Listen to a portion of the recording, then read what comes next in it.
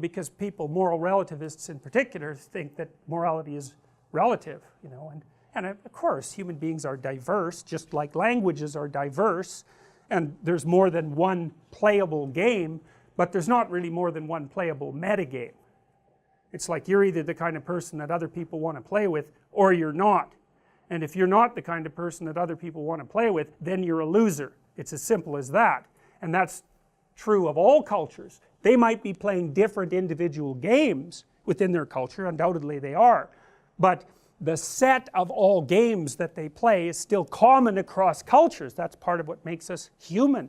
And then you could say as well, we're actually evolved to detect people who are good at playing the set of all possible games. And we actually know that. That's not theoretical.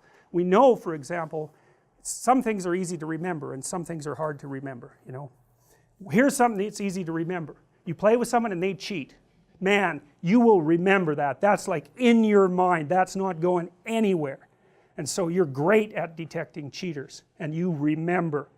And that's because you can't trust a cheater, and you shouldn't invite a cheater to play a game with you because they might cheat.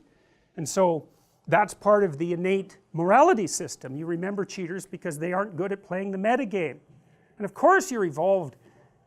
Of course you're adapted to the metagame because you're the product of this immense evolutionary history, right? And whoever your ancestors were, which is an unbroken string of successful reproducers going back 3.5 billion years. You think about that. Every single one of your ancestors successfully reproduced. It's mind-boggling.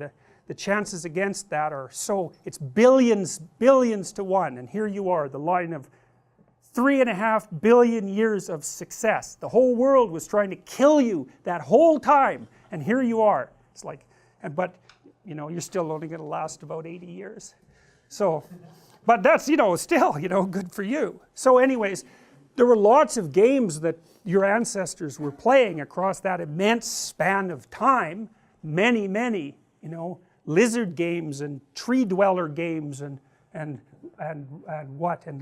crustacean games, you know, that huge set of games, and you're adapted to win across those games, all of them, and that's built into you, man. That's your central human nature. That's what makes you social, and it's not some mere cultural construct. Quite the contrary. It's so deeply embedded in you. It's what you are. All right, so, well, this is a story. It's a game too. That's another way of thinking about it, you know. Well, like, that's a Monopoly game. Well, what's the frame?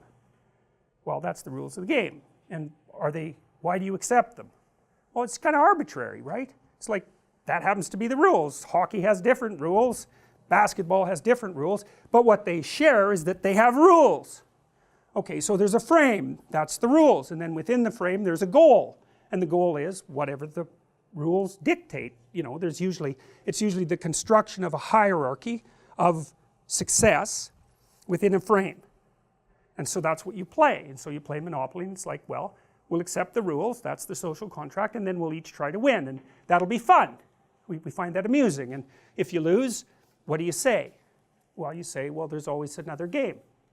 And so that's great. So if you have that attitude and you play fair, then it doesn't matter that much that whether you win or lose, although you still want to try to win because otherwise you're not a good player, but you accept defeat gracefully because you can play again.